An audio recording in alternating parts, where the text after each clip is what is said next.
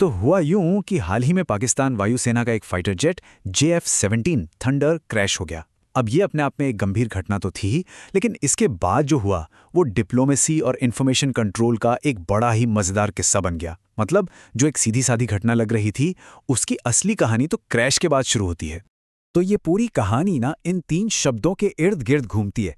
एक दुर्घटना, एक साफ साफ इनकार और फिर एक मामूली सा ट्वीट। अब सवाल ये है कि ये तीनों आपस में जुड़े कैसे हैं। आइए देखते हैं कि ये पजल जुड़ता कैसे है।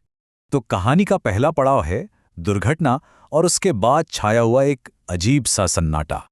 अब देखिए हुआ क्या। पाकिस्तान में ये खबर आग की तरह फैल गई कि भाई एक फाइटर जेट क्रैश हो गया है। लेकिन सरकार का जो रिएक्शन था वो बड़ा अजीब था। मतलब मीडिया रिपोर्ट्स और सरकारी बयानों में जमीन आसमान का फर्क था। एक तरफ खबरें चिल्ला चिल्ला कर कह रही थीं कि एक JF-17 जेट क्रैश हुआ है, और दूसरी तरफ पाकिस्तानी अफसरों ने एकदम चुप्पी साध ली, जैसे कुछ हुआ ही नहीं।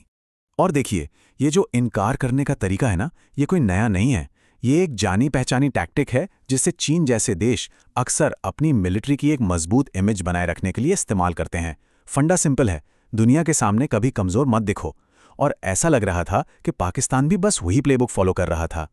लेकिन पाकिस्तान का ये झूठ ज्यादा देर तक टिक नहीं पाया, और इसका पर्दाफाश करने वाली कोई खुफिया एजेंसी या कोई पत्रकार नहीं था।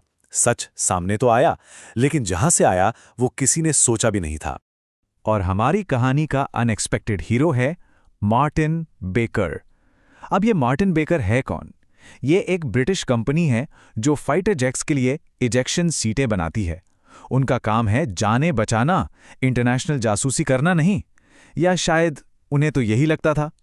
और यहीं पर आता है कहानी में सबसे बड़ा ट्विस्ट। मार्टिन बेकर ने बड़े गर्व के साथ अपने सोशल मीडिया पर एक पोस्ट डाल दिया कि भाई उनकी इजेक्शन सीट ने एक पाकिस्तानी पायलट की जान बचाई है। और बस इसी एक पोस्ट से उन्होंने अनजाने में उस क्रैश की खबर कंफर्म कर दी, जिसे पाकिस्तान सरकार इतनी शिद्दत से छुपाने में लगी थी। कमाल है ना।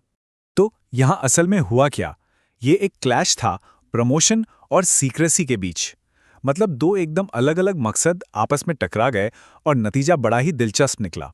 इसको ऐसे समझते हैं, एक तरफ था पाकिस्तान, उसका मकसद अपनी मिलिट्री की इमेज बचाने के लिए क्रैश की खबर को दबा दो। दूसरी तरफ थी मार्टिन बेकर कंपनी, उसका मकसद अपने ब्रांड को प्रमोट करने के लिए अपनी टेक्नोलॉजी की कामयाबी का जश्न मनाओ। और नतीजा क्या निकला? कंपनी के प्रमोशन ने सरकार के सीक्रेट का पर्दाफाश कर दिया। तो इस पूरे अजीब बल्कि मजेदार किस्से से हमें क्या सबक मिलता है? आज की इस कनेक्टेड दुनिया में इंफॉर्मेशन को लेकर हम क्या सीखते हैं? देखिए, इससे कई बातें साफ होती हैं। सबसे पहली तो ये कि आज के जमाने में कोई राज छुपाना बहुत बहुत मुश्किल है। दूसरी बात, सच कहीं से भी बाहर आ सकता है।